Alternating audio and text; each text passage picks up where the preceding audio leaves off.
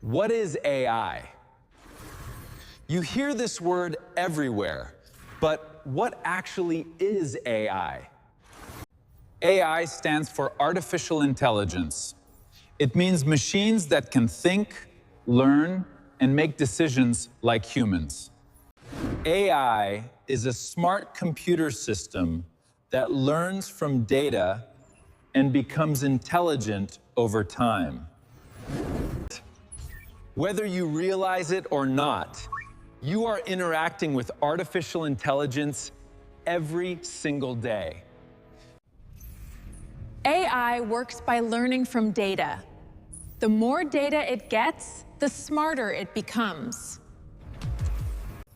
AI is used in healthcare, banking, education, and business automation. In the future, AI will be part of every industry. Those who understand it will stay ahead. AI will soon become integral to every industry, fundamentally transforming how we work, innovate, and grow. If you found this video helpful, like, subscribe, and press the bell icon.